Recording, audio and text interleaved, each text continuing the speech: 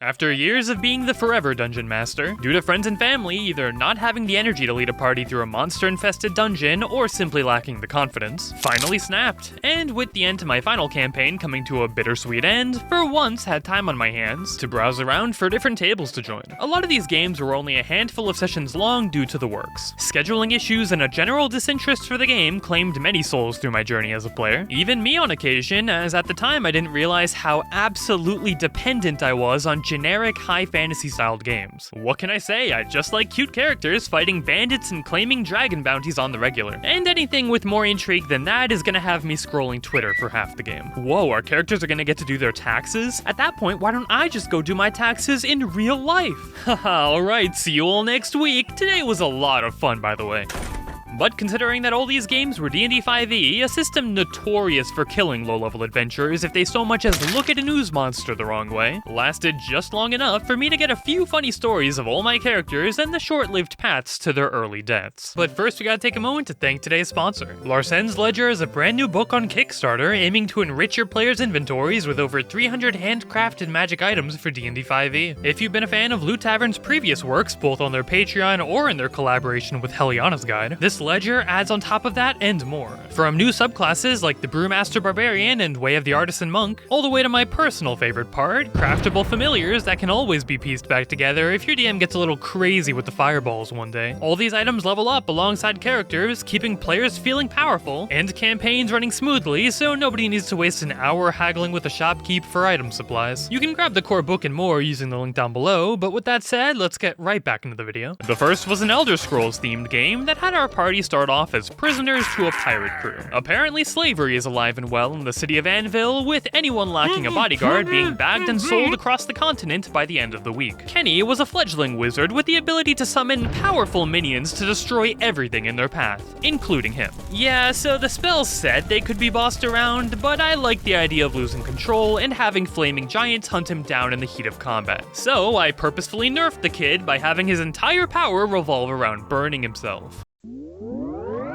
Sweetie, please don't play with your cursed magic powers. You'll shoot your eye out. Come on, Mom, you can't babysit me forever. One of these days I'll be abducted by slaver pirates and you'll never see me again. But for right now, I can handle myself.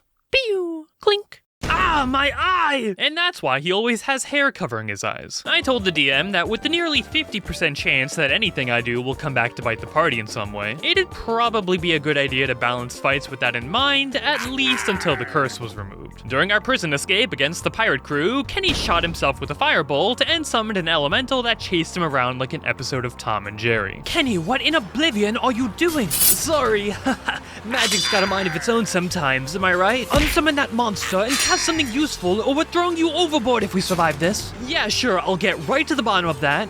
Under this bed and as far away from this conflict as possible. Kenny, for God's sake! Although all this setup would have you believe Kenny was either killed by pirates, elementals, or his own party members, everyone actually survived this battle, albeit by the skin of their teeth. No, Kenny's death would come no later than the immediate session after. A plague took hold, and the town our group docked our stolen pirate ship at, and apparently there was a sarcophagus under the local church that possessed a magic ring capable of cleansing it. The acolytes were eager to get their hands on it and approached our group for help. Ah, yes, grave robbing from a church's own crypt. What a wonderful operation you have here. So, are you willing to help us? How much will you pay once we've done our search? Well, our God will certainly bless you with divine graces for the help you provide. Hey, where are you going? None of us had any reason to care, so we chilled in the tavern for a few days eating boiled eggs until the acolytes could scrounge up enough gold to pay us. Thoroughly enticed, we finally offered our services from the goodness of our hearts, and began our journey into what we'd later find to be an undead-infested crypt. The blasted godlovers lied to us. This is above our pay grade. Well, we haven't had a good fight in a while. Scared of a few zombies, Astilia? More so the friendly firing fool standing beside me. Let's get this over with. With the undead easily vanquished and Kenny's magic staying surprisingly stable, the group found a dangerous-looking sarcophagus reeking with undead energy. Most agreed to search through that one last, but Kenny's curiosity was piqued. You're not the bosses of me. Something in that coffin must be super cool, and I'm gonna see what it is. I cast the sleep spell. Whoa, that actually worked? Maybe I'm not so cursed after all. Guess now it's time to check out what's in that box of bones. Dang, the lid's too heavy. I summon you, Flame Atronach. Obey your master and push the lid off this case for...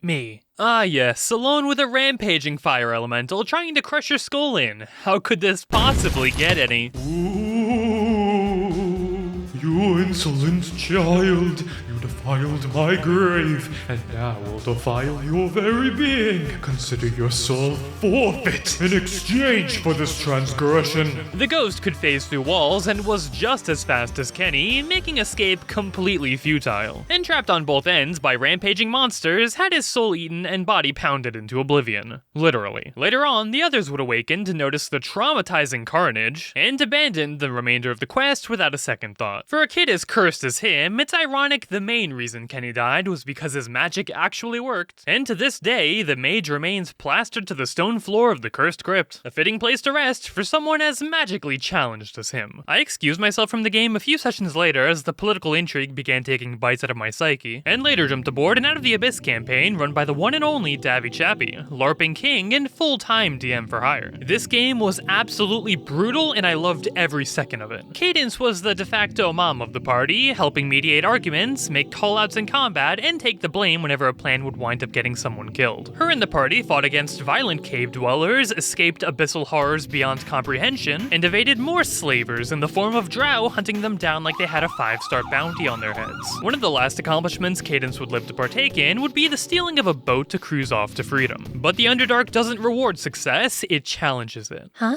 What's that in the distance? Help, help, I'm stuck on this island. Someone's trapped on that island. As brave heroes, we need to step up to the plate and assist them. With our strength and luck so far, we should be the ones shining a guiding light for less fortunate souls. Come on, what do you say, team? Oh wait, that actually worked? You all fell into my foreshadowed trap. Go, my fishies, feed. Considering our boat was made of mushrooms, Quippers chomped right through it and dived into Cadence. She tried her best to defend against the onslaught, but natural 20s began flying out in favor of the fish, so things weren't looking good. Davy runs games with a hidden death roll system too, so nobody else in the party would know how much time was left on the clock before she'd bleed out. The witch was killed and the fish fled 2 turns later. Hopeful they were fast enough, the healer cast a spell on Cadence and...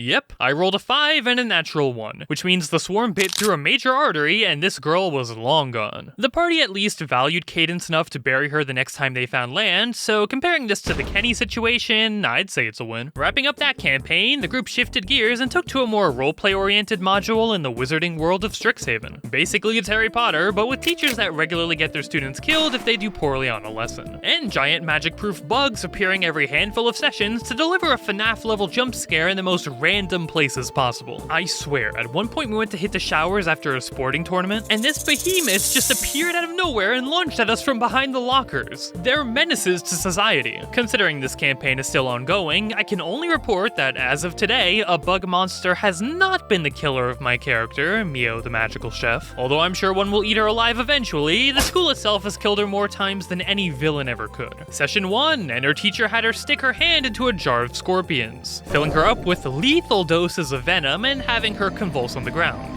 Dead. Session 5, Mio's teacher forced the party to play a guessing game by eating poisonous mushrooms. Already as concerning as that sounds, Mio only eats food blessed by the Purify Food and Drink spell. And considering that goes against the complete purpose of this exam, she failed instantly, and as punishment, her teacher ground pounded her. Dead. Session 10. Through the goodness of her heart, Mio tried to clean up some graffiti. But whoops, turns out the graffiti was made of runic explosives. Dead. Considering tuition to Strixhaven costs 500 gold, the school spent more money raising her from the dead than they made in fees. And we're barely 2 years in. Alright guys, this school is deadlier than the Pits of Avernus and the Underdark combined. Elections are coming up, and if we want to change things for the better, we need to snatch up every position of power. So let's run for student council. What? What? So you want a student council plot now? Yup. I mean, the Strixhaven module barely had any content to begin with. Considering I'm already homebrewing every other session, this isn't even that far a stretch. And so the student council arc began. With our predefined celebrity status in the school, our victory was nearly assured. The only thing to worry about now would be dying somewhere the school faculty couldn't find us. They pay for our resurrections after all. Which wouldn't normally be an issue if it wasn't for those aforementioned giant bugs causing us so much trouble. If we just sat around and let the school get run over by them, we'd have nothing to govern over. So with that in mind, we took to discussing a battle plan. These bugs are immune to magic, which is hilariously ironic considering the setting. We've nearly died to them 3 times before, and they killed our guidance counselor. I think these weapons will be enough to last us the first 2 rounds of combat. Our extermination quest is planned to take place sometime after writing this script though, but I'll keep you updated if we survive or not. If you're glad for the return of Storytime content, drop a like down below. 10k as usual, and I'll get right to animating more. Thanks for watching. As always, my animated to D&D books are always available. You can check that down below as well. Thank you all for watching, and I'll see you all in the next video.